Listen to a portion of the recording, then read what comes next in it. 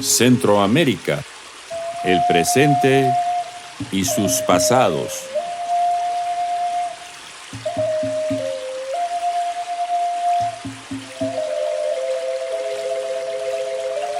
Un podcast de los historiadores Héctor Lindo y Víctor Hugo Acuña.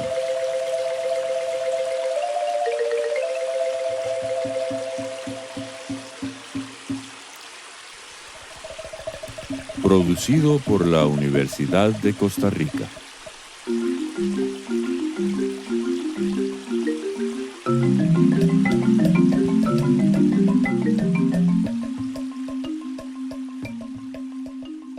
Bienvenidas y bienvenidos a un nuevo episodio de nuestro podcast Centroamérica, el presente y sus pasados. Les saluda Héctor Lindo. Junto a mi colega Víctor Hugo Acuña, nos dimos cuenta de que en episodios anteriores no hemos abordado la historia de Panamá directamente.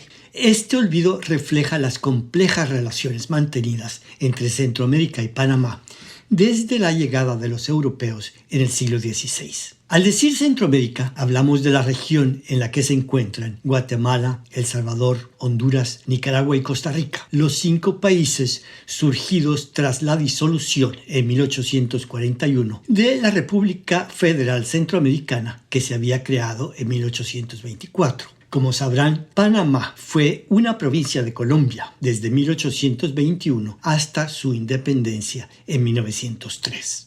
Así es, Héctor. Es de amplio uso la expresión Centroamérica y Panamá, que sugiere, por un lado, la proximidad geográfica e histórica de ambas regiones y, por otro, las diferencias entre ellas, a pesar de compartir una geopolítica común y procesos históricos que, como explicaremos, a menudo convergen. Una forma de intentar reunir ambas realidades ha sido mediante denominaciones como América Central, que permitiría hacer la distinción en relación con la Centroamérica heredera del territorio que antes de su independencia en 1821 se conocía como Reino de Guatemala. Además, desde mediados del siglo XX, Centroamérica y Panamá han tendido a acercarse tanto por medio de los órganos de integración y por voluntad de algunos gobiernos panameños. Sin embargo, en el siglo XXI, el TLC y la globalización reciente parecen haber tendido a alejarlas. Hoy vamos a conversar sobre este tema con Félix Chirú, historiador panameño, profesor de la Universidad de Panamá, y con David Marcilacy, historiador francés y profesor de la Universidad de la Sorbona. Él es especialista en la historia política y cultural de los países hispánicos y ha escrito extensamente sobre Panamá. A ambos les damos la bienvenida. David, hay que reconocer que en los relatos de sus respectivas historias, estos dos mundos se han dado la espalda. Yo empezaré con lo que podría ser una anécdota que se relaciona con mi primera aproximación con la historia de Panamá y la región de Centroamérica. Me llamó mucho la atención ver que en la mayoría o la gran mayoría de los libros que se publican sobre la historia de Centroamérica apenas si se menciona Panamá. Y bueno, me imagino que para ustedes es algo evidente, pero resulta muy contraintuitivo para un europeo que no está familiarizado, digamos, con la historia centroamericana. Ni panameños ni centroamericanos consideran a Panamá como parte de Centroamérica. Esto se explica por el énfasis que se pone en su particularidad, es decir, en su condición de sitio de paso entre el Océano Pacífico y el Mar Caribe y el Océano Atlántico, como lo señala el historiador panameño Félix Chirú. Es interesante que esta particularidad del Istmo de Panamá se constituye desde el siglo XVI, es decir, en tiempo de la conquista se convirtió en un punto estratégico para el Imperio Español de la conquista de Sudamérica, especialmente, obviamente, el Imperio Incaico. Esta función transitista, término panameño que alude a objetos de tránsito por la vía interoceánica, fue determinante desde la época colonial, ya que, agrega el colega Chirú, Y los estudios indican que por Panamá transitó el 60% de las riquezas de América del Sur. De esa manera, pues Panamá en un primer momento o desde el siglo XVI se configura, se planifica como un sitio de comercio internacional a través del comercio de los metales preciosos de América del Sur principalmente. Además, no solamente la particularidad transitista separa a Panamá del resto del espacio ísmico de la América Central, sino también su inserción político-administrativa en la América del Sur, desde el siglo XVI hasta su independencia de Colombia en 1903. Así lo señala el colega Marcilassi.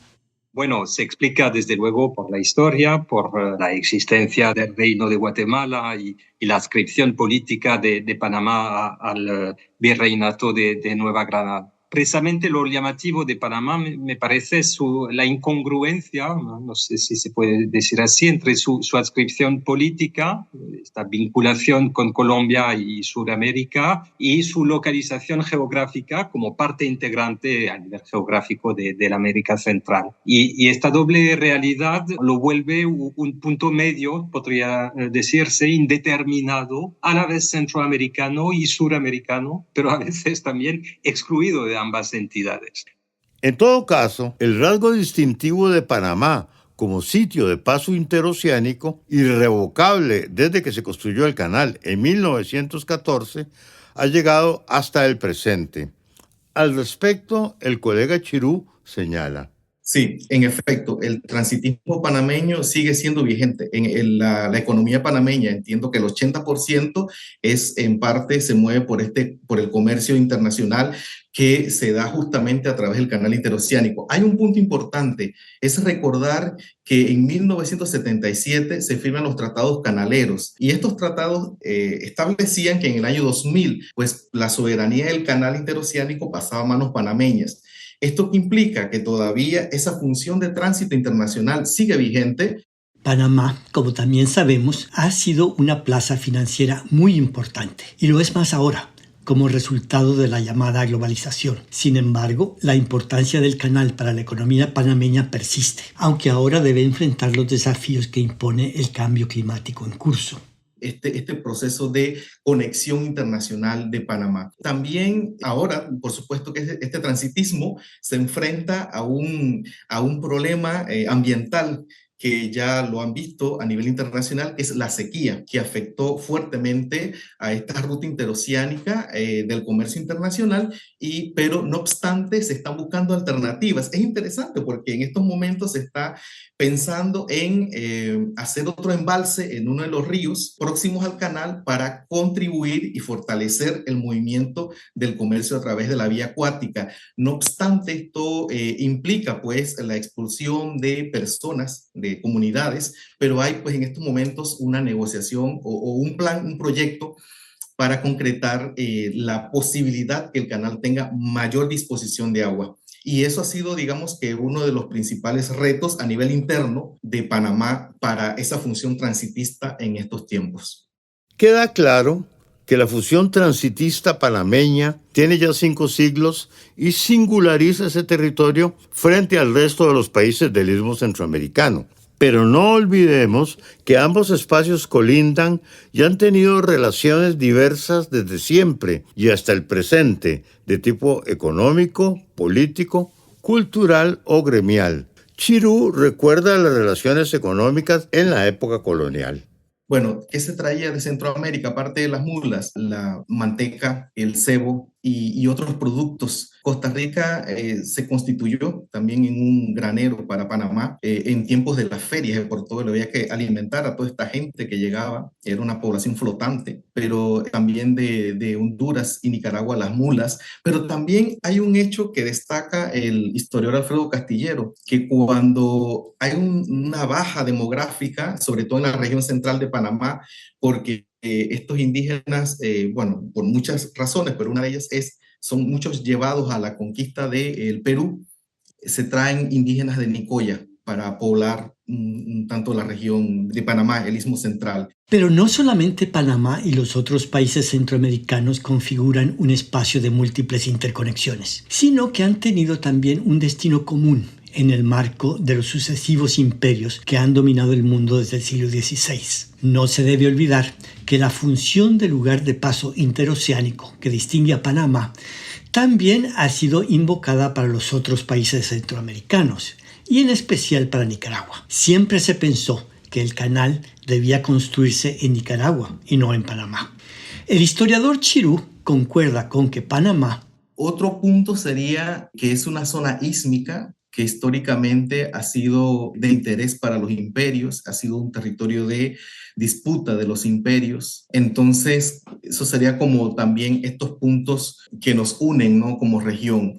Lo vuelvo a reiterar, Héctor. Número uno es que los puntos de convergencia es que formamos parte de un espacio geográfico valioso que ha sido de interés para los imperios y que ha sido una constante en el devenir histórico de esta región.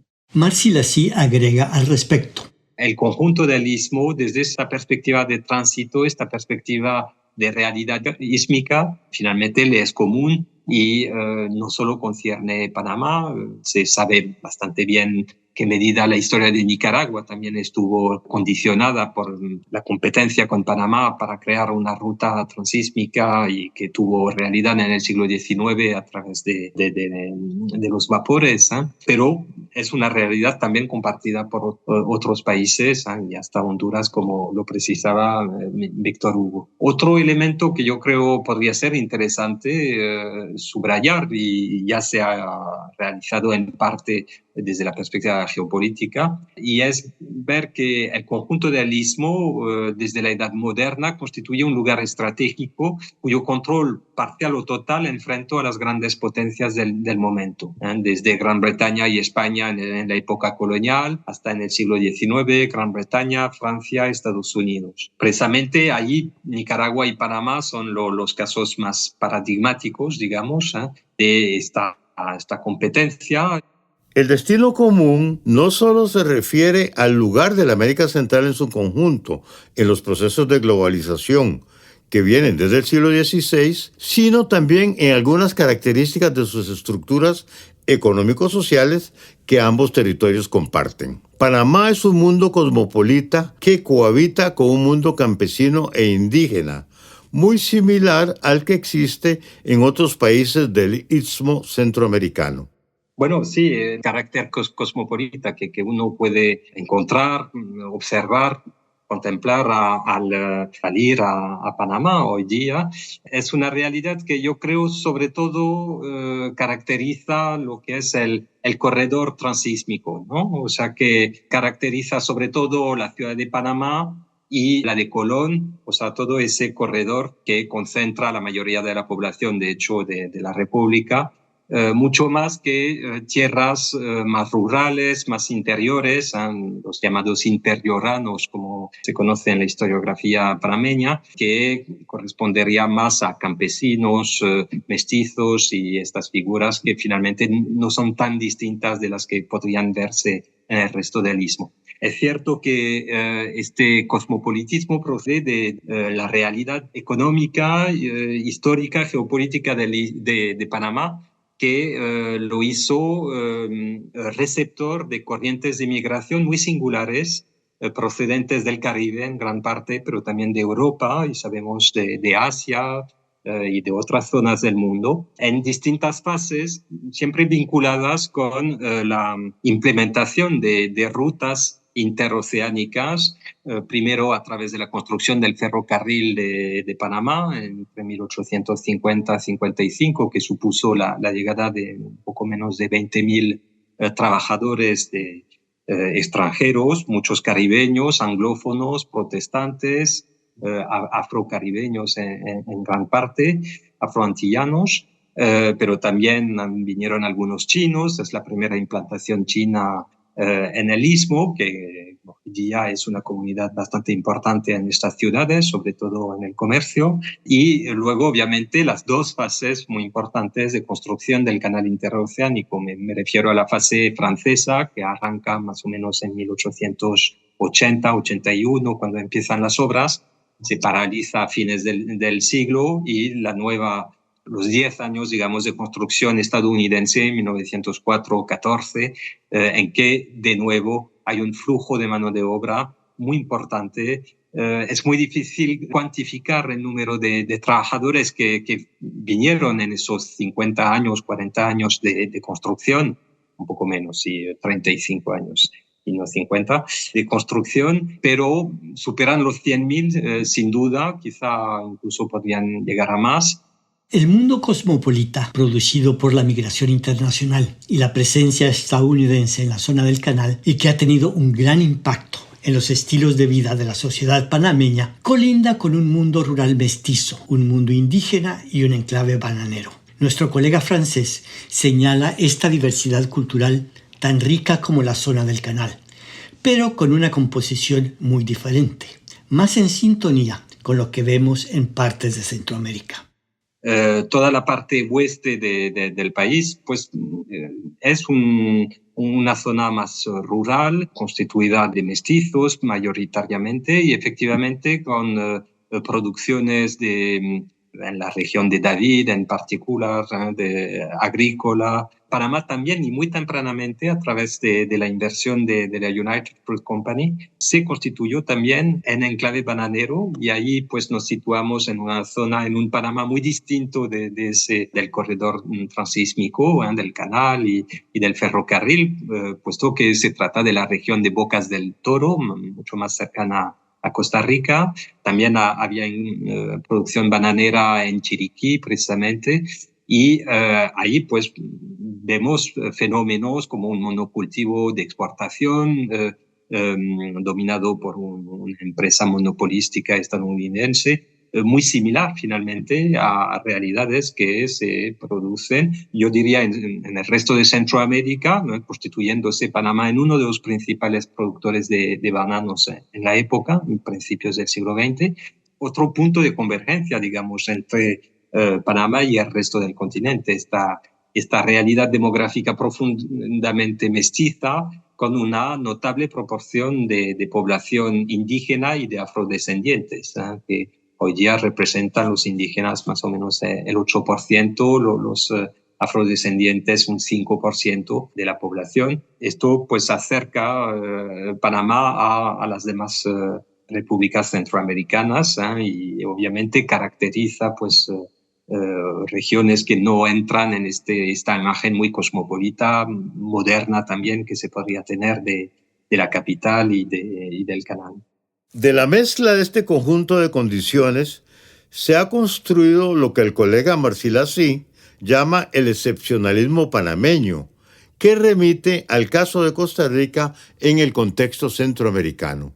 A lo largo de su historia, Panamá ha elaborado, en el sentido de que tú comentabas, ha elaborado un relato dominado por la idea de excepcionalismo, a semejanza, de hecho, de Costa Rica, que pudo considerarse la Suiza de América Latina. Pues en el caso de Panamá, un excepcionalismo que se expresa de otra manera. Podríamos decir, si pensamos en las raíces de la expresión de ese excepcionalismo, el mejor ejemplo que me viene en mente ahora es la corriente del anseatismo, precisamente, que tuvo una primera expresión en 1826 y que recorre gran parte del siglo XIX. O sea, ¿qué significa el anseatismo? Es esta idea de tener la vocación de constituirse en plaza comercial, en una forma de emporio, para retomar la expresión de Simón Bolívar, al servicio del mundo. Y es que por mucho tiempo Panamá quiso distinguirse de sus vecinos centroamericanos por representar desde su autopercepción como un espacio de estabilidad y progreso, de modernidad, en contraste marcado con una región caracterizada por la inestabilidad, la vulnerabilidad, cierto caos político, hecho de revoluciones, guerras civiles, dictaduras, intervenciones extranjeras. Entonces, Panamá pudo parecer durante cierta época un remanso de mayor estabilidad, lo cual es muy relativo en el siglo XIX porque ahí hubo muchas guerras civiles, pero a partir de 1903, es cierto, relativa estabilidad, y que contrasta finalmente con una primera mitad del siglo XX muy muy compleja para el resto de la región centroamericana, con estas revoluciones, estas guerras civiles y dictaduras. Siempre pienso en esta imagen tópica de los 5 volcanes que representan las 5 repúblicas centroamericanas y que ilustra de cierta manera a la vez fragmentación política de América Central.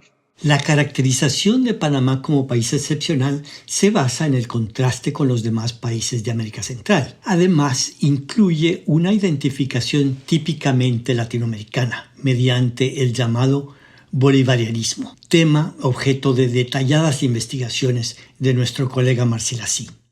Y también su inserción internacional, y que distingue finalmente Panamá del resto de Centroamérica. Me refiero a la relación con Simón Bolívar, a la apelación a Simón Bolívar. Bueno, sabemos que en 1821 ahí hay una coincidencia. Panamá obtiene su independencia respecto de España el mismo año que el resto de las repúblicas procedentes de Guatemala o de la capitanía de Guatemala, mejor dicho, pero solicita su integración en la Gran Colombia y precisamente por ser presidida por Simón Bolívar y constituir Simón Bolívar pues el máximo referente al que se quiere apelar. Y lo interesante es que posteriormente, a principios del siglo XX, cuando Panamá accede a su independencia, la República Panameña tuvo a bien hacer reconocer su filiación bolivariana.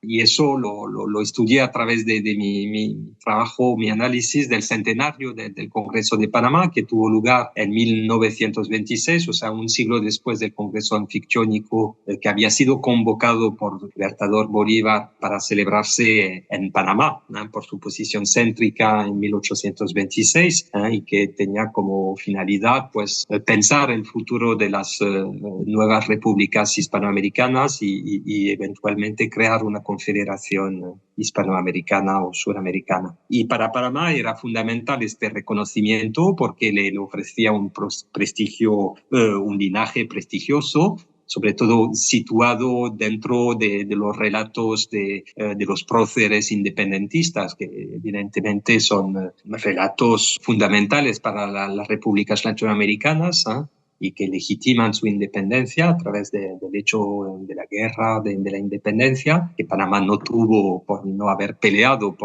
conquistado con las armas su independencia. Precisamente reivindicar la filiación de Bolívar le permitía compartir ese prestigio de cierto modo militar, cuando todavía era un país percibido como artificial, made in Washington, y que era un agravio para las repúblicas latinoamericanas por el modo como había sido segregado de Colombia en 1903. En la historia contemporánea ha habido momentos en que Panamá ha querido en forma inequívoca estrechar sus relaciones con los otros países centroamericanos. Tal voluntad fue expresada en forma diáfana durante el gobierno del general Omar Torrijos, como lo reconoce nuestro colega Chirú.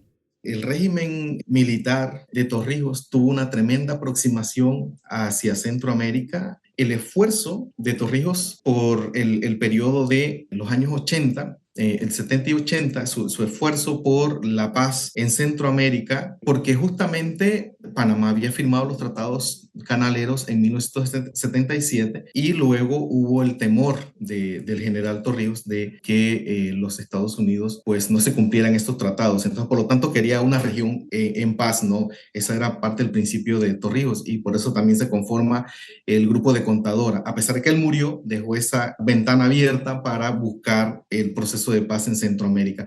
Hemos hablado de las particularidades de Panamá, de su destino común, compartido con los otros países del Istmo Centroamericano, y de relaciones mantenidas entre ambos territorios desde la época colonial. Sin embargo, también hay divergencias entre la historia panameña y la de los otros países centroamericanos en la época presente. Se trata de un tema de gran actualidad, la cuestión del autoritarismo. Al respecto, nuestro colega panameño se refiere al golpe de Estado que ocurrió en Panamá en 1968, que llevó al poder a militares que se mantuvieron en el poder hasta 1989.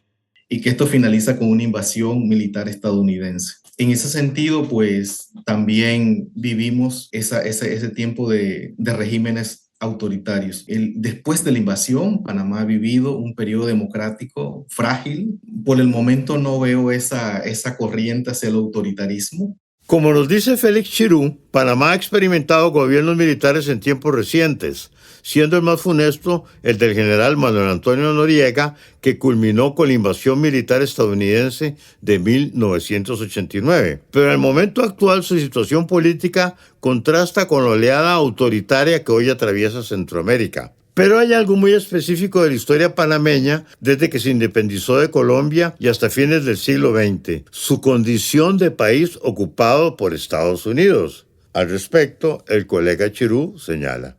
Es muy importante recordar que en 1903 Panamá firmó un tratado con los Estados Unidos. Este tratado en los artículos 2 y 3, sobre todo el 2, le concedió a perpetuidad a Estados Unidos una zona, un espacio geográfico, no solamente por donde se construyó el canal, sino donde se estableció una población civil y también militar de los Estados Unidos. Crearon una identidad estadounidense en el trópico. Esa condición marcó la vida de Panamá a lo largo del siglo XX. Y porque hubo también expulsión de gente de ese espacio geográfico que se le entregó a los Estados Unidos a perpetuidad.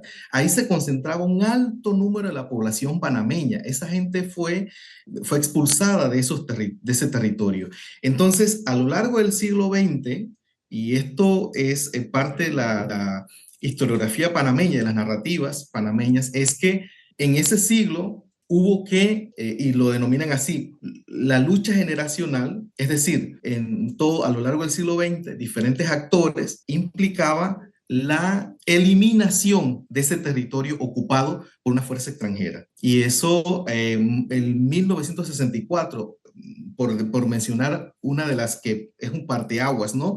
La protesta estudiantil marcó un antes y un después. Así que el desafío colectivo de Panamá es eliminar ese espacio geográfico, que eso se integrara al territorio de Panamá, como en efecto ocurrió en el año 2000, no solamente con la devolución del canal, sino todo un territorio que había sido ocupado por Estados Unidos, y eso implicó a partir del año 2000 nuevos desafíos para Panamá. La ocupación estadounidense de una franja del territorio panameño también afectó al resto de la América Latina porque la zona del canal operó la Escuela de las Américas, que fue pieza fundamental en las políticas imperiales de esa potencia en la región latinoamericana, como complementa David Marcilací. La propia presencia de las bases militares estadounidenses en la zona del canal fue fundamental. Se sabe no solo para la protección propia del canal, que era un elemento central de este punto estratégico para la seguridad y la economía estadounidense, sino también como punto de base para intervenciones en el resto de América Latina y sobre todo de América Central y el Caribe. Bien famosa es la Escuela de las Américas, donde se formaron a generaciones de oficiales en la lucha contra insurgente, que empezó siendo Escuela del Caribe, y luego convertida en Escuela de las Américas y situada en Panamá, en la zona del canal precisamente. En esta conversación parece natural finalizar planteando el tema del futuro de los vínculos entre Panamá y el resto de Centroamérica. El historiador panameño señala al respecto. A pesar de no considerarnos los panameños parte de Centroamérica, sí que tenemos desafíos comunes. El desafío del agua, por ejemplo. La mayor parte de la población centroamericana y Panamá está en el Pacífico, en tanto que los ríos, los mayores ríos están hacia el Caribe. Eso por un lado. Es decir, el tema agua, cómo se gestiona en la región. Ese sería otro tema que tal vez serviría como estudio, ¿no?, regional. El otro tema, la migración, que por un periodo o en otros tiempos fue de Centroamérica hacia Estados Unidos, centroamericano hacia Estados Unidos, pero ahora es una migración que pasa por la selva del Darién y por toda Centroamérica, justamente en ruta hacia los Estados Unidos. Y otro tema también que sería interesante averiguar, además del interoceánico o de esta condición interoceánica de la región, es el tema del narcotráfico. No solamente estudiar la configuración geográfica y el valor que tiene para los imperios y los proyectos que por los que se han disputado históricamente, y seguramente hoy que habría que mirar la visión de China sobre esta región y su controversia con los Estados Unidos, pero también hay otros temas que son importantes que se estudien regionalmente, ¿no? Como también los temas de los fenómenos naturales que afectan a esta región seguramente demandan para este tiempo una mirada regional más que miradas nacionales. Precisamente, los desafíos del presente y del futuro inmediato están en relación con la circunstancia de que Panamá y Centroamérica son también un puente continental que comunica el norte y el sur del hemisferio occidental, como apunta nuestro colega francés. Pero finalmente esta franja terrestre no solo es un obstáculo para las comunicaciones interoceánicas, las circulaciones globales, y en este caso efectivamente excavar un canal o crear un ferrocarril pues permite superar ese obstáculo. También puede considerarse desde otra perspectiva esa franja terrestre por su papel de puente entre las partes septentrional y meridional de las Américas, que el istmo separa tanto como enlaza, ¿no? Separa mares, desde luego, pero también reúne masas continentales. Panamá no es Centroamérica, pero colinda con ella y comparte algunos de sus rasgos básicos. Panamá es un lugar cosmopolita por ser la sede de un canal interoceánico, pero Panamá también es un puente fundamental en el continente americano. Los grandes problemas de nuestra época, el cambio climático, las migraciones del sur global hacia Estados Unidos y el tráfico internacional de drogas afectan a Panamá. Eso es cierto, Héctor, pero es válido para los otros países centroamericanos. En ese sentido, aunque Panamá guarde su particularidad frente a Centroamérica, enfrenta problemas comunes, cuya solución futura no podrán encontrar ambos territorios sin unir esfuerzos. Hemos llegado al final de este episodio, Víctor Hugo. Antes de despedirnos, quisiéramos agradecer a David Marcilasí y Félix Chirú el tiempo que nos brindaron. Y recordamos a nuestra audiencia que ahora nos encontramos en Spotify, Apple Podcast y YouTube. Agradecemos su creciente apoyo. Y si les interesan los temas que cubrimos, no se olviden de suscribirse. Y no nos quejamos si nos dan un like de vez en cuando. También estamos presentes en Facebook, Twitter e Instagram. Y se pueden comunicar con nosotros a través de estas plataformas. Estaremos encantados de responder a preguntas, escuchar inquietudes y sugerencias. Hasta la próxima. Les deseamos un buen día. Dirigido por Héctor Lindo y Víctor Hugo Acuña. Producción general, Sol Acuña. Diseño sonoro y mezcla, Draxe Ramírez. Música original, Manuel Monestel. Arte visual, Karina García. Diseño gráfico, Lucía Rodríguez. Asistencia de producción, Christopher Rodríguez y Mariana Bolaños. Técnico de grabación, Paolo Marín. Asesoría radiofónica, Mariana Rivera. Coordinación académica, Iliana Dalolio. En alianza con las radios UCR.